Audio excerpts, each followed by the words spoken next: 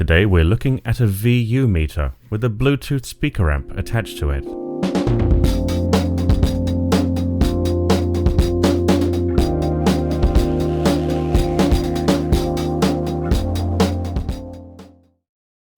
As far as I know, this is the second cheapest D-class loudspeaker amplifier in the world, with a VU meter. Let's see if the price is any indicator of its quality. As usual, the build quality and finish is what I've come to expect from Fosi. At this price of around 70 to 80 euros, I'm also happy to see some modern design. The CNC machined aluminium alloy surface are all matched with the same pearlescent finish on both the different black and orange parts. The turning action of the tone knobs feels mostly smooth. They don't have any slack, and the 0 point at 12 o'clock is a little bit sticky, so it takes a bit more strength to turn it out of that setting than other devices. It's good to see the bass is on the left and treble is on the right, which feels intuitive. The volume knob is much easier to turn and has a little bit of slack, but the turning action feels very smooth.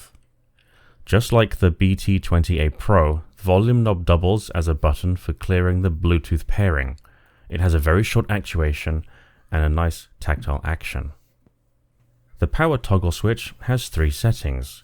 From top to bottom, RCA, so analog mode, then BT or Bluetooth wireless mode, and at the very bottom is the off setting. I'm a big fan of analog controls, and the ergonomics with this unit is overall very well thought out, with the power switch directly beside the volume control, which makes the most sense to me.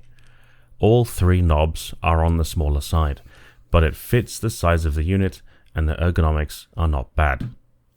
The bottom of the unit has 4 rubber feet, and on the rear there's the usual RCA inputs, a pre-out, the output to passive speakers, the Bluetooth antenna, and the power input, which is fed by a 24-watt power brick. Regarding the toggle switch, when switching between analog and wireless, there is a small delay before audio continues playing. In RCA mode, the power LED lights up red. In Bluetooth mode, the LED lights up blue.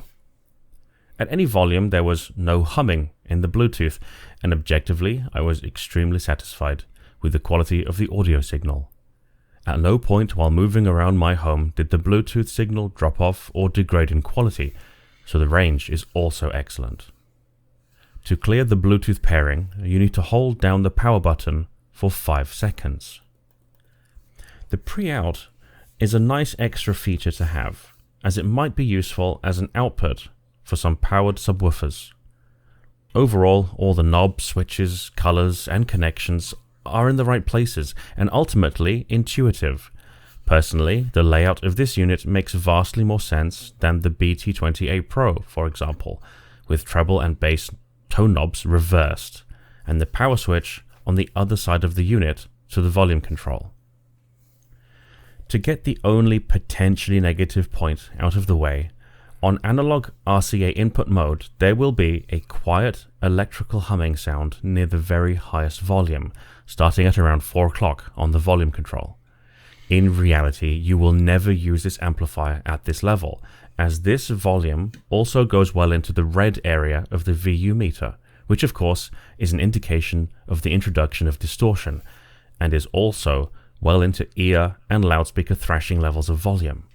So it's not exactly a moot point, but something to be aware of. I personally have the volume around 8 or 9 o'clock most of the time. More on that later.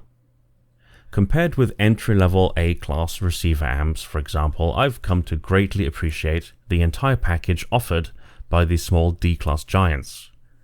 As its musical performance goes, dynamics and detail feel slightly muted. This amplifier, which is a marriage of vintage charm and modern components, lends itself to a smoother and more relaxed performance. That's not to say it is not detailed or lackluster, but it's not as aggressive or grand as other more powerful amplifiers. I think Fosi understood the assignment and put together a smoother amplifier with a more vintage kind of sound. So, you're either considering purchasing a VU meter, or you've already bought one I need to get some more information. Let's start with the main problem I had with it. My vintage Yamaha NS615B speakers are too sensitive to make use of it. What I mean is, the amplifier does a great job of powering these speakers, but at my normal listening volume, around 8 or 9 o'clock, the VU meter needle looks stationary from 2 meters away. Close up, it looks like you're measuring the breathing of a hamster. You might discover a similar problem if you're going to pair this with a sensitive set of speakers. So, I went to the attic and dug out my trusty but dusty Saba Ultra Hi-Fi Box 705 loudspeakers for a comparison, and things got interesting. These 80 speakers are significantly less sensitive than my Yamahas, and as such allowed me to observe the wiggly needle while listening to music at comfortable volumes. So, if the dancing stick is the main appeal of this unit, you either need to have fairly insensitive speakers, or your use case is filling a fairly large room with moderate sound levels.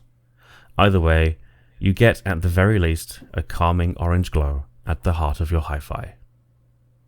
This product is aimed at those who have an appreciation for vintage audio, have hipsteresque sensibilities, or those who ultimately possess a desire for simplicity and understated style with a bit of unique flair.